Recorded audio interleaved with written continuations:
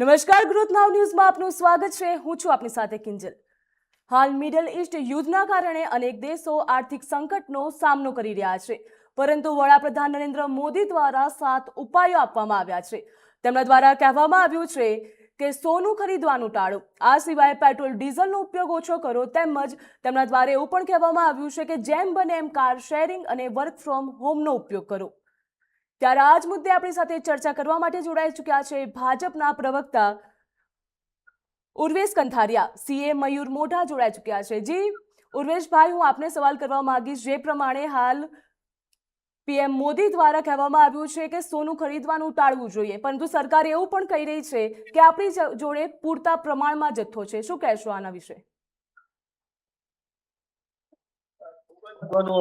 મુદ્દો છે ને માનનીય વડાપ્રધાનશ્રીએ એક પ્રજાને વિનમ્ર અપીલ કરી છે. કોઈ વટહુકમ બહાર નથી પાડ્યો, કોઈ કાયદો નવો નથી બનાવ્યો. માત્ર જે પ્રમાણે આપણે કહ્યું કે આફત, યુદ્ધની આફત વધવાના ચાન્સીસ છે, ત્યારે પ્રજાને જેવી રીતે કુદરતી આફત હોય છે ત્યારે આપણે લોકોને સલામત સ્થળે ખસેડવા માટે અપીલ કરે છે તંત્ર અને નેતાઓ. તો આ એક આર્થિક સંકટ ઊભું થાય એવી સંભાવનાઓ, આપણે એમ નથી કહેતા કે થઈ જ ગયું છે, થોડું ઘણું છે અને કદાચ એ વધે તો એના માટે આપણે શું કરી શકીએ એ માટે પ્રજાને અપીલ કરેલી. એ અપીલ અંતર્ગત આપણે એ સમજવાનું છે કે પ્રોબ્લેમ શું. તો યુદ્ધ હજી બંધ નથી, વાટાઘાટો ચાલી રહી છે, પરંતુ હજી એનો અંત નથી આવ્યો. આ સંજોગોમાં હોર્મુઝની ખાડી બંધ રહે અને એની આયાત જે છે એની કિંમત વધતી જાય તો એનો ડોલર વધતો જવાનો છે, કારણ કે આપણે ક્રૂડ ઓઇલ આયાત કરીએ છીએ, એનું પેમેન્ટ ડોલરમાં કરવું પડે, એટલે માર્કેટમાંથી ડોલર ખરીદવો પડે. સોનું આયાત કરીએ છીએ તો એનું પણ પેમેન્ટ ડોલરમાં થાય, એટલે એ પણ માર્કેટમાંથી ખરીદવો પડે છે. ડોલર ખરીદવા માટે રૂપિયો ખર્ચાય છે, પરિણામે ડોલર વધે છે અને રૂપિયો ઘસાતો જાય છે, રૂપિયાની ખરીદ શક્તિ ઓછી થાય છે અને પરિણામે જે સપ્લાય ચેઇનમાં જે ઇમ્બેલેન્સ ઊભું થાય છે એટલે એમાંથી મોંઘવારી વધવાના ચાન્સીસ રહેલા છે. આ સંજોગોમાં આપણે શું કરીશું? પેટ્રોલના ભાવ તો આપણે નક્કી નથી કરી શકતા, કારણ કે આપણે આયાત ઉપર નિર્ભર છે, પરંતુ આપણે આપણી આર્થિક સ્થિરતાનું સંરક્ષણ કરવા યુદ્ધની પરિસ્થિતિ માટે માનનીય વડાપ્રધાનશ્રીએ કહ્યું છે કે બિનજરૂરી પેટ્રોલ જે છે એનો વપરાશ એ ઘટાડવામાં આવે અને એ આચરણ એ જ એનું મોટું ઉદાહરણ. એટલે સિસ્ટમમાં દરેક લોકોને, મિનિસ્ટર્સ હોય કે બ્યુરોક્રેટ્સ હોય, એ બધાને એમણે વિનંતી કરી છે કે તમે એવો પ્લાન આપો કે કેવી રીતે ઇંધણની બચત થઈ શકે. બિનજરૂરી રીતે આપણે જ્યારે પેટ્રોલની જરૂર ના હોય તો કેવી રીતે આપણે વધારે સારી રીતે એનો ઉપયોગ કરી શકીએ. એ વાત કે મીટિંગ ઓનલાઈન થતી હોય, ડિબેટ ઓનલાઈન છે. શું કહેવું છે તમારું? આર્થિક દ્રષ્ટિએ વડાપ્રધાને જે અપીલ કરી છે એ એમણે સમજાયું છે કે એ ભારતના વડાપ્રધાન તરીકે આ રજૂઆત કરી રહ્યા છીએ, નહીં કે ભાજપના વડા તરીકે કે નહીં કે કોઈ પાર્ટી તરીકે, કોઈ પક્ષ તરીકે. એમણે બે જગ્યાએ જાહેરાત કરી, એક તેલંગાણામાં એક સભામાં જાહેરાત કરી છે આ વસ્તુની, અને એક ગઈકાલે સરદારધામ અહીંયા વડોદરામાં કોઈ પ્રોગ્રામ હતો એમાં કીધેલું છે. તો એમણે જે કીધું છે એ પબ્લિકને એવું એક સેન્ટિમેન્ટ ઊભું કરવાનો પ્રયત્ન કર્યો છે એક લોક નેતા તરીકે, કે આપણે જ્યારે દેશમાં કોઈ આવી પરિસ્થિતિ ભવિષ્યમાં આવે તો આપણે એને મજબૂત રીતે સામનો કરી શકીએ. અને નરેન્દ્રભાઈ મોદીનો એવો સ્વભાવ છે કે એ જે આફત હોય કોઈ પણ એને અવસરમાં પરિવર્તન કરી દે. આપણે 2001માં બધાએ ગુજરાતમાં ભૂકંપની પરિસ્થિતિ પછી જે ડેવલપમેન્ટ જોયું છે એ એનો એક પુરાવો છે. એટલે એમણે આ એક પ્રયત્ન કર્યો છે લોકમાનસમાં એક વાત નાખવાનો કે ભવિષ્યમાં જો આવી કોઈ પરિસ્થિતિ આવે તો આપણે એનો સામનો કરવો પડે. એટલે આ મેં એક બાબત કીધી. હવે બીજી બાબત હું એવું કહેવા માંગુ છું કે પોલિટિકલી એક એવો બી પ્રયાસ છે કે ભવિષ્યમાં, એટલે કે વિધિન અ વીક, પેટ્રોલ ડીઝલના ભાવ જો સરકાર વધારે તો પ્રજામાં આનો કોઈ વિરોધ ના થાય એના માટે પાણી પેલા પાળ બાંધેલી છે એવું બી કહી શકાય. આયાત ખરેખર ફોરેક્સ ઉપર ભાર મૂકે છે ખરા, જે પ્રમાણે પીએમ મોદીએ અપીલ કરી છે? તો પીએમ મોદીએ 7 મુદ્દાની જે અપીલ કરી છે એમાં એકેય વસ્તુ ખોટી નથી. દરેક વસ્તુમાં આપણું વિદેશી ઊંડિયામણ વપરાય છે અને દરેક વસ્તુમાં આપણી પેમેન્ટ બેલેન્સ ઓફ પેમેન્ટ જે છે એમાં જો એ વસ્તુનો વધારે આપણે આયાત કરવી પડે તો વિદેશી ઊંડિયામણનો વધારે આપણે ખર્ચ કરવો પડે. એટલે જે રીતે ગોલ્ડ જે છે તો એ બી આપણે ત્યાં ઉત્પાદન થતું નથી. ગોલ્ડ બી આપણે આયાત કરીએ છીએ. રીતના પેટ્રોલ ડીઝલ છે તો એનું બી આપણે આયાત કરીએ છીએ. બરાબર છે. પછી એના સિવાય જે એમણે બીજી જે 2-3 વસ્તુઓ કીધી છે કે જે ફોરેન ટ્રાવેલ તમારે ના કરવું જોઈએ, તો એમાં કેવું છે કે આપણે વિદેશી ઊંડિયામણ લોકોએ પરચેસ કરવું પડે. બરાબર છે. તો એમાં બી એવું થઈ શકે છે. અને આ સિવાય જે એમણે બીજું એવું કીધું છે કે જે જરૂરિયાતો આપણી જે છે એ પેટ્રોલ ડીઝલની આપણે ઘટાડવી જોઈએ અને by using the public transport. એટલે હું તો એ વસ્તુ ઉપર ભાર મૂકીશ કે આ વસ્તુ જે એમણે કીધી છે એ દરેક નાગરિકોએ ફોલો કરવી જોઈએ. આપણે ત્યાં પબ્લિક ટ્રાન્સપોર્ટ આપણે વાપરતા નથી. પણ આ ઉપરાંત હું એવું બી કહીશ કે આ પગલું જો સરકાર અથવા તો નેતાઓ જો આ કરશે પહેલા, તો લોકો એને ફોલો કરશે. નરેન્દ્રભાઈ જે છે મેટ્રોનો ઉપયોગ કરશે ત્યાં સંસદ જવા માટે, તો લોકો જે છે એ એને ફોલો કરશે. એટલે આ બાબતમાં એમણે જે સલાહ આપી છે, હું એવું કહીશ કે સરકાર અને પક્ષ અને દરેક પ્રતિનિધિઓ જે લોક નેતા છે કોઈ પણ પક્ષના કે વિપક્ષના, દરેકે આ એમની જે એડવાઇઝરી છે એને ફોલો કરવી જોઈએ, જેથી નોર્મલ માણસો બી એનો ઉપયોગ કરે અને દેશ હિતમાં જે એમણે જાહેરાત કરી છે, આ કોઈ પોતાના પોલિટિકલ બેનિફિટ માટે નથી કીધી, તો એ ખરેખર ઇમ્પ્લિમેન્ટ પોતે કરે તો લોકો કરશે. જી મયુરભાઈ. ઉર્વેશભાઈ, જે પ્રમાણે પીએમ મોદી દ્વારા જે અપીલ કરવામાં આવી છે તેને દેશ હિતની જગ્યાએ રાજકીય દ્રષ્ટિએ જોવામાં આવી રહી છે અને વિપક્ષ દ્વારા પ્રહાર પણ કરવામાં આવ્યો હતો. શું કહેશો એના વિશે? વિપક્ષનો દ્રષ્ટિકોણ છે, પરંતુ મૂળ વાત એ છે કે પ્રધાનમંત્રી શ્રીએ પ્રજાને અપીલ કરી છે. એક બહુ જ સિમ્પલ ઉદાહરણ,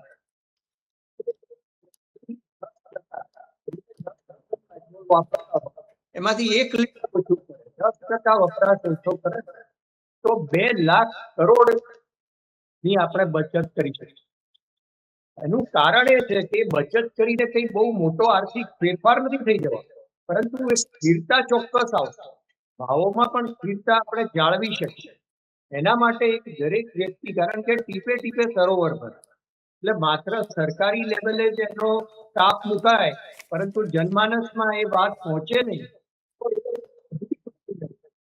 એટલે લોકો સુધી એમાં જનભાગીદારી, આ જે આર્થિક સંકટની જે પરિસ્થિતિ ઊભી થઈ છે એ આપણે કેવી રીતે સોલ્વ કરી શકીએ, એના માટે એમણે પ્રજાને અપીલ કરી.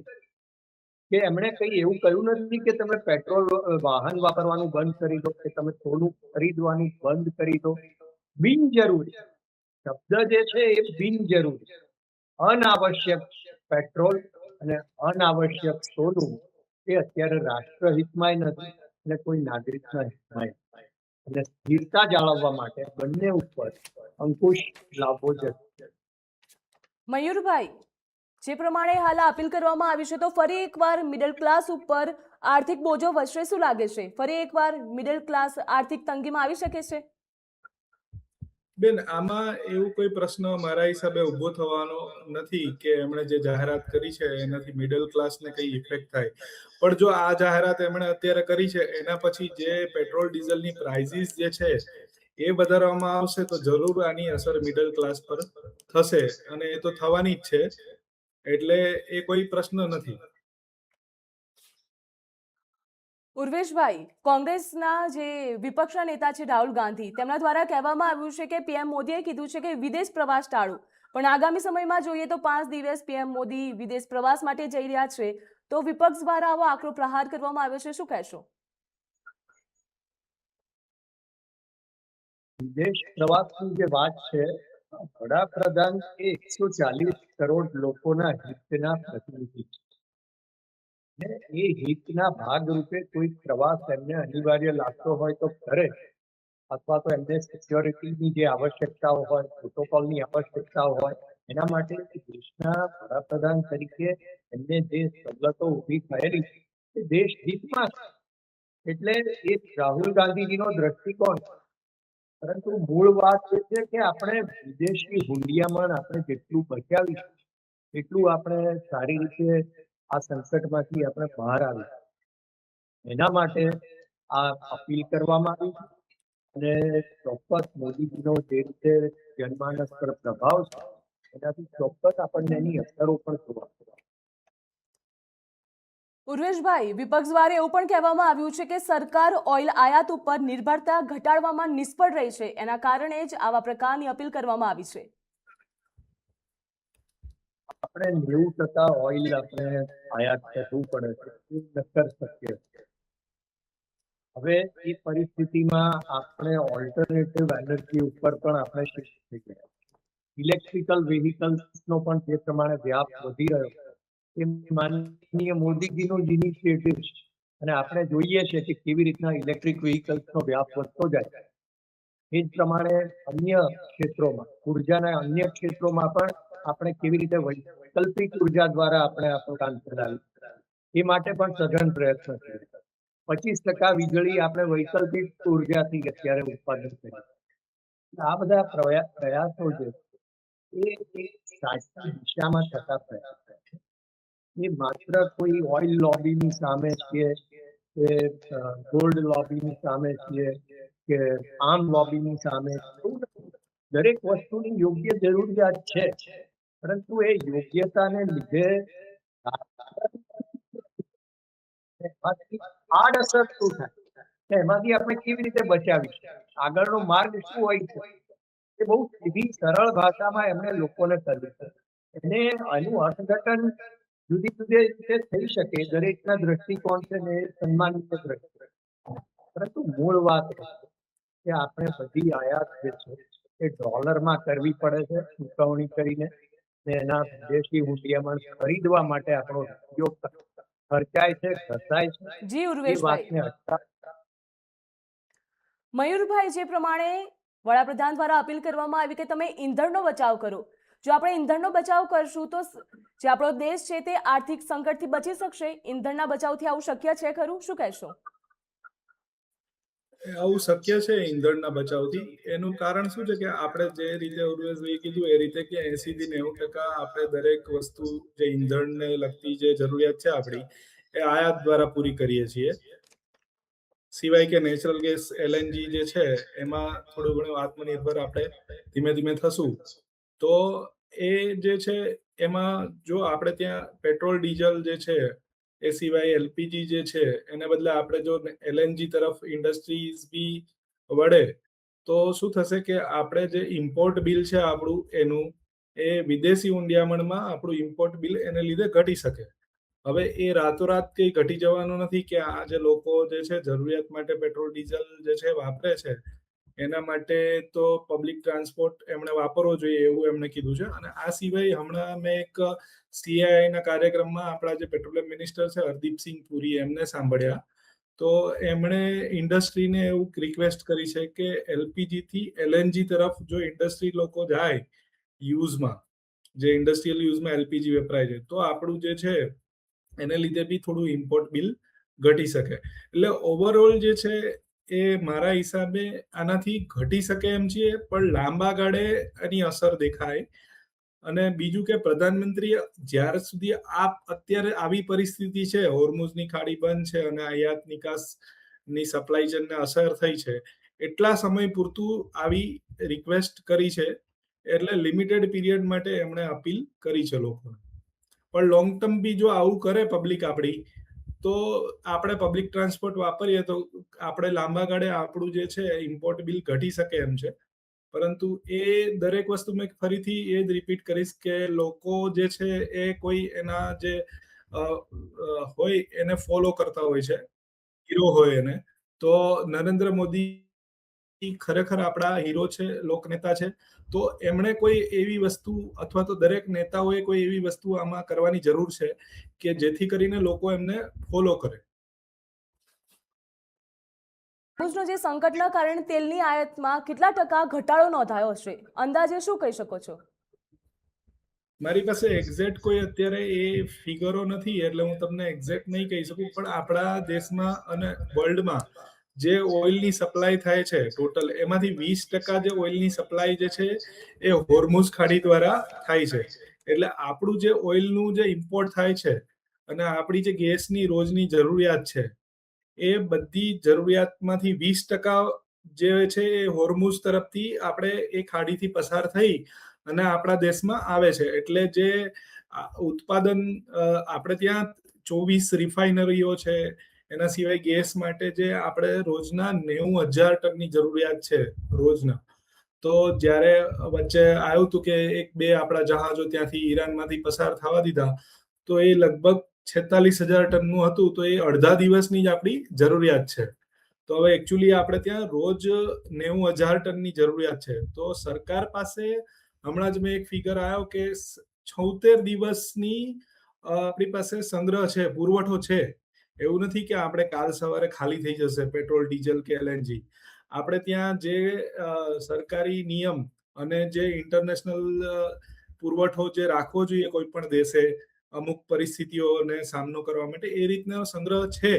76 દિવસની જરૂરિયાત આપણી પૂરી થઈ શકે એ રીતનો આપણી પાસે પુરવઠો અવેલેબલ છે. એટલે એવી રીતના કોઈ સંકટ ઊભું નથી થવાનું.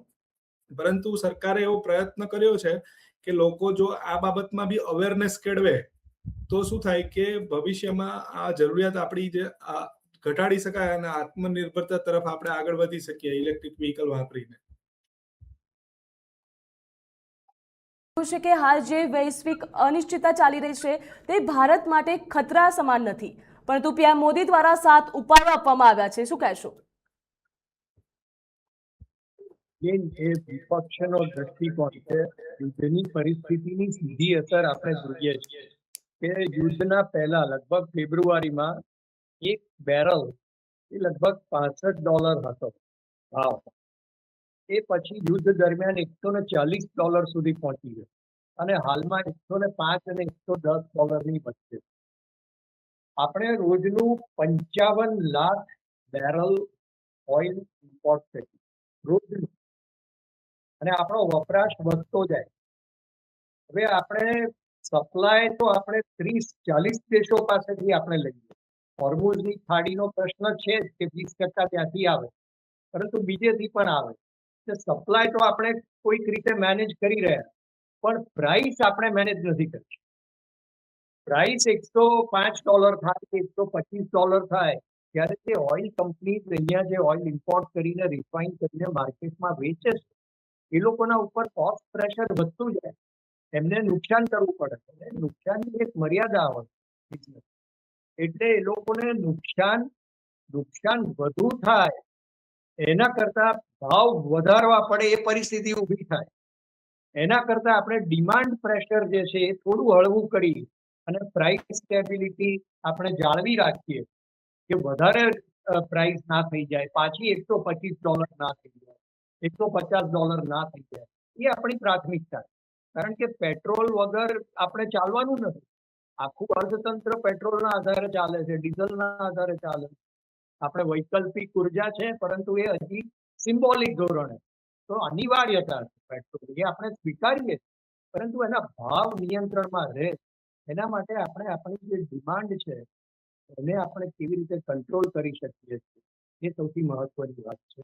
અને એ વાતના આધારે માનનીય વડાપ્રધાનશ્રીએ લોકોને અપીલ કરી કે તમારાથી શક્ય બને એટલું 5%, 10%, તમે 100 લીટર વાપરતા હો તો તમે 90 લીટર કરો. એનાથી સ્થિરતા જે જાળવવામાં પ્રમાણે ઉર્વેશભાઈ, વિપક્ષ દ્વારા આવી વાતો કરવામાં આવી રહી છે તે લોકોમાં ભય ફેલાવવાની કોશિશ કરી રહી છે. તમારું શું મંતવ્ય છે આમાં? વિપક્ષનો હંમેશા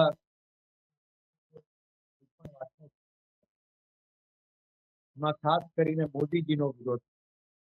કોઈ પણ વાત કરે, કોઈ નીતિ હોય કે કોઈ રિફોર્મ હોય કે કોઈ એમણે કોઈ પ્રવચન કરે, તો એમાંથી વિરોધ શું કરવું? આ ખરેખર રાષ્ટ્રનો, આ રાજકીય વાત નથી, આ રાજકારણ નથી, આ રાષ્ટ્ર. આ વિરોધ પક્ષો પાસેથી જન્મની અપેક્ષા એ છે કે આમાં રાષ્ટ્રહિતમાં તમારે જોઈને તમારે સાથ આપવા, નહીં કે તમારે મોદીજીનો વિરોધ કરવો. એમાં તો મોદીજીને અને ભારતીય જનતા પાર્ટીને અને સરકારને ફાયદો જ થાય, કારણ કે આ રીતની નેગેટિવિટીથી તો અમને પુશ મળે, એટલે એના પરિણામો આપણે જોઈ શકીએ. ભાઈ, જે પ્રમાણે આપણે જોઈ રહ્યા છીએ તો આપણે ઈંધણ બચતને રાષ્ટ્રીય ફરજ માનવી જોઈએ. આપણે બધાએ ઈંધણ બચત કરવું જોઈએ, જે પ્રમાણે વડાપ્રધાન નરેન્દ્ર મોદી અપીલ કરી છે. તો આપણે માનવું જોઈએ. એની પાછળનું એક કારણ આપીશ. એનું પાછળનું મારી પાસે એક ગઈકાલે મેં એક એનાલિસિસ જોયેલું દૂરદર્શન પર. એ એનાલિસિસ અહીંયા બી હું આ ડિબેટમાં રજૂ કરીશ કે આપણે ત્યાં જે છે ને અત્યાર સુધી ડીઝલ અને પેટ્રોલ એના પર 30 રૂપિયા અને 24 રૂપિયા એ રીતના એક્સાઇઝ ડ્યુટી હતી. જે 28મી ફેબ્રુઆરી પછી સરકારે 10 રૂપિયા ડીઝલ પર અને 13 રૂપિયા જે છે એ પેટ્રોલ પર ઘટાડી. એટલે જે છે ત્યાર પછી આપણે જે ટેક્સમાં જે લોસ છે એ 62,500 કરોડનો આપણે બચાવી શક્યા. ટેક્સમાં લોસ સરકારે આ કર્યો 62,500 નો. એને લીધે ઓઇલ કંપનીમાં જે લોસ થવાનો હતો 62,500 કરોડનો, એ સરકારે બચાવ્યો કે સરકારે એક્સાઇઝ ડ્યુટી જતી કરી, એને લીધે એટલો લોસ ઓછો થયો. પણ હજી બી સ્ટીલ 30,000 કરોડનો લોસ ઓઇલ કંપનીઓને થઈ શકે એમ છે. એટલે જે આ લોસ સરકાર જે છે એ કોમન પબ્લિક ઉપર નાખવા માંગે છે એક્સાઇઝ ડ્યુટી. તો હવે એમણે જે બેર મિનિમમ એટલે કે ડીઝલ પર અત્યારે 0 કરી દીધી છે અને પેટ્રોલ પર જે 3 રૂપિયા કરી દીધી છે. એટલે સેન્ટ્રલ ગવર્મેન્ટના હાથમાં છે જ નહીં હવે કે આ 30,000 કરોડનો લોસ કેવી રીતે ઘટાડે. એટલે જો પબ્લિક જે છે એ આ વસ્તુ સમજે અને આ લોસ જે છે એ પબ્લિક બેર કરવા માટે તૈયાર થાય, એની આ પૂર્વ ભૂમિકા છે એવું બી કહી શકાય. અને આપણે આ સરકારની કે પ્રધાનમંત્રીએ જે રજૂઆત કરી છે એને સાંભળવી જોઈએ અને આપણે ઉપયોગ ઘટાડવો જોઈએ, એ બી બરાબર છે. અને જો તમે બીજું એક જુઓ તો સરકારની એક પ્લસ પોઈન્ટ એ છે કે 28મી ફેબ્રુઆરી પછી આખા જે વિશ્વના બીજા કન્ટ્રીઓ છે એના મારી પાસે ફિગર છે. જર્મનીમાં પેટ્રોલ પ્રાઇસ 205 છે, જે 28મી ફેબ્રુઆરી પછી 27% વધી છે. ઇઝરાયલમાં 185 રૂપિયા છે, જે 30% વધી છે 28મી ફેબ્રુઆરી પછી. સાઉથ કોરિયામાં 150 રૂપિયા, જે 30% વધી છે. ઇટલીમાં 210 રૂપિયા, જે બી 30% વધી છે. સિંગાપુરમાં 240 રૂપિયા, જે 30% વધી છે. યુએસએ પોતે જેમાં 115 રૂપિયા પ્રાઇસ છે, જે 51% વધી છે, જે પોતે જ ઉત્પાદક છે મેજર, એ તો ઇમ્પોર્ટ બી નથી કરતું. પછી બ્રિટન 195 રૂપિયા, જે 22% વધી છે. ફ્રાન્સમાં 200 રૂપિયા, જે 25% વધી છે 28મી ફેબ્રુઆરી પછી. જાપાનમાં 160 રૂપિયા, જે 30 થી 35% વધી છે.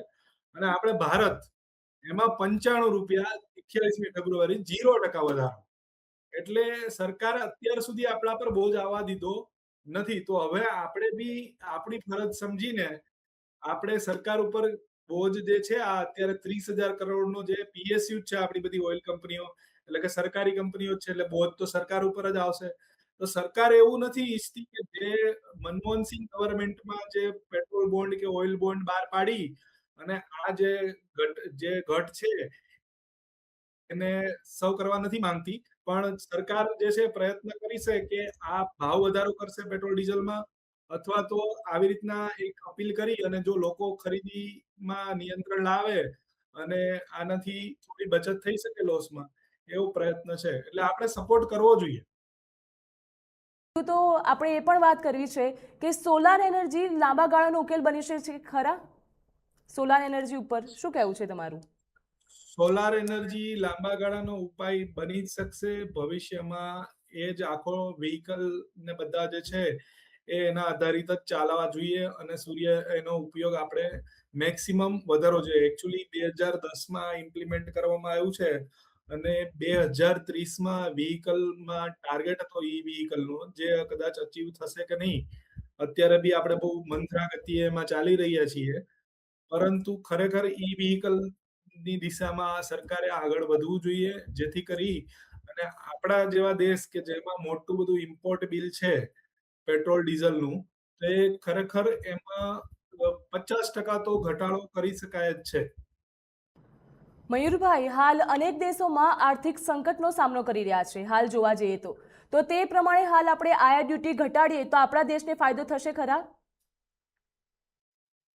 આપણે આયાત ડ્યુટી ઘટાડવાનો પ્રશ્ન અત્યારે આમાં ઉપસ્થિત થતો મારા હિસાબે નથી. અત્યારે જે અપીલ કરી છે એમાં તો અત્યારે એવું જ કીધું છે કે આપણી આયાત ઘટે, ડ્યુટી નહીં. એટલે કે આપણું આયાત બિલ જે છે, આપણે જે 7 વસ્તુઓ કીધી છે પ્રધાનમંત્રીએ, 7 વસ્તુઓ આપણે વિદેશમાંથી આયાત કરવી પડે છે અને એની સામે આપણે વિદેશી ઊંડિયામણ ચૂકવવું પડે છે, જેની ફોરેક્સ રિઝર્વ જે છે એ લગભગ $700 બિલિયન આજુબાજુ હોય છે.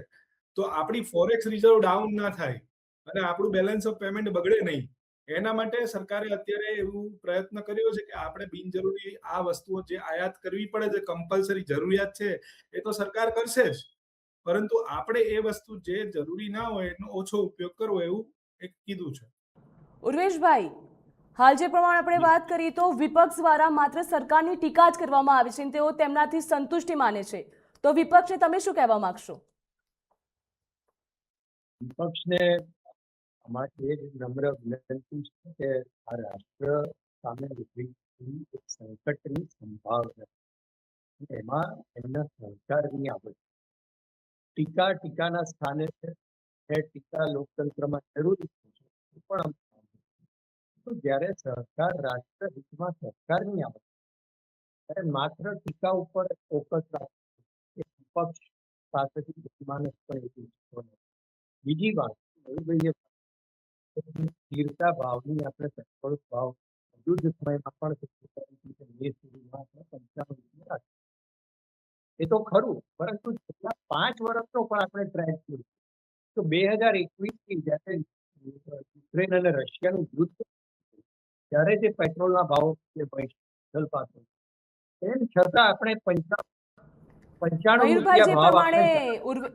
મયુરભાઈ જે પ્રમાણે હાલ ઉર્વેશભાઈએ વાત કરી છે તે પ્રમાણે હાલ જોવા જઈએ તો વિપક્ષ દ્વારા આવા આંકડા પ્રહાર કરવામાં આવે છે, સરકારની ટીકા કરવામાં આવશે, તમારા પ્રમાણે શું મંતવ્ય છે?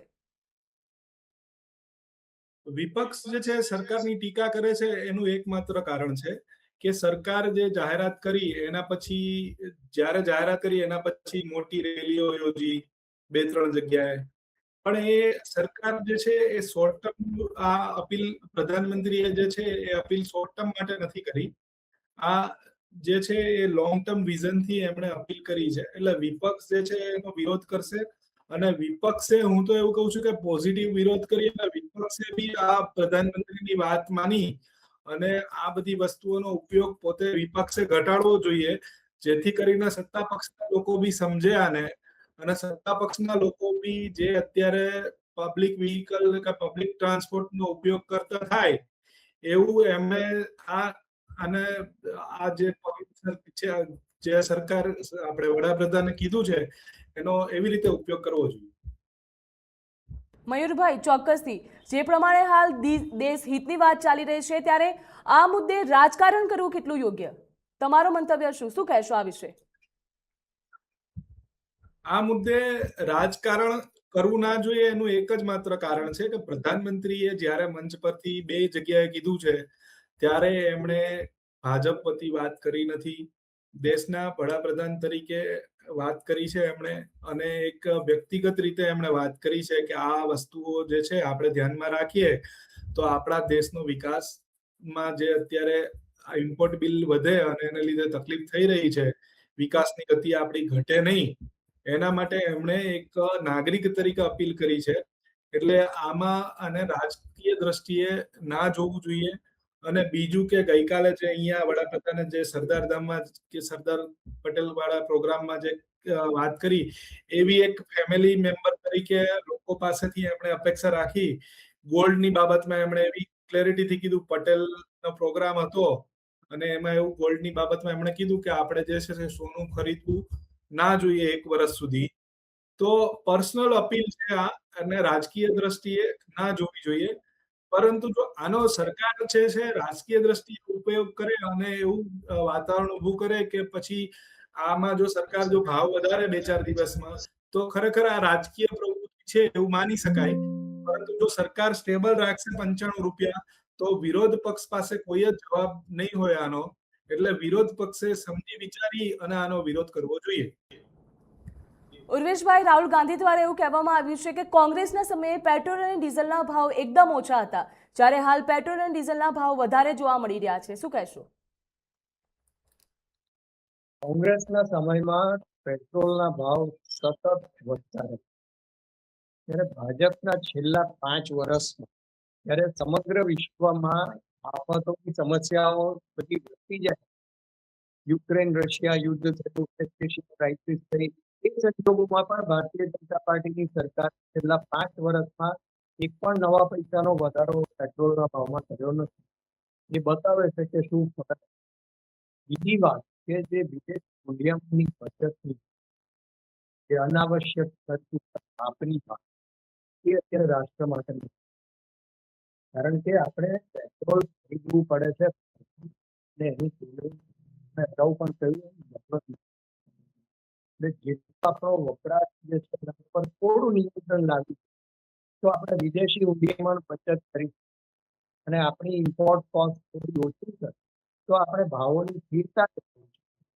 તો જે સામાન્ય માનવી, જે ગરીબ માનવી, કે જેને પોતાની આવશ્યક વસ્તુઓ એ સૌથી મોટી સમસ્યા, એના સુધી આપણે એની અસરો ના પહોંચે એ સૌથી મોટી આપણી પ્રાથમિક જવાબદારી છે, માત્ર સરકારની નહીં પરંતુ સમગ્ર માનવ સંસ્કૃતિ. ઉર્વેશભાઈ, મયુરભાઈ, ગ્રોથ નાઉ ન્યૂઝમાં જોડાવા બદલ તમારો આભાર. Thank you. તો હાલ આપણે આ મુદ્દો જોયો છે જેમાં પીએમ મોદી દ્વારા 7 ઉપાયો આપવામાં આવ્યા હતા. તેમના દ્વારા કહેવામાં આવ્યું હતું કે સોનું ખરીદવાનું ટાળો તેમજ વિદેશ પ્રવાસ પણ ટાળી દો.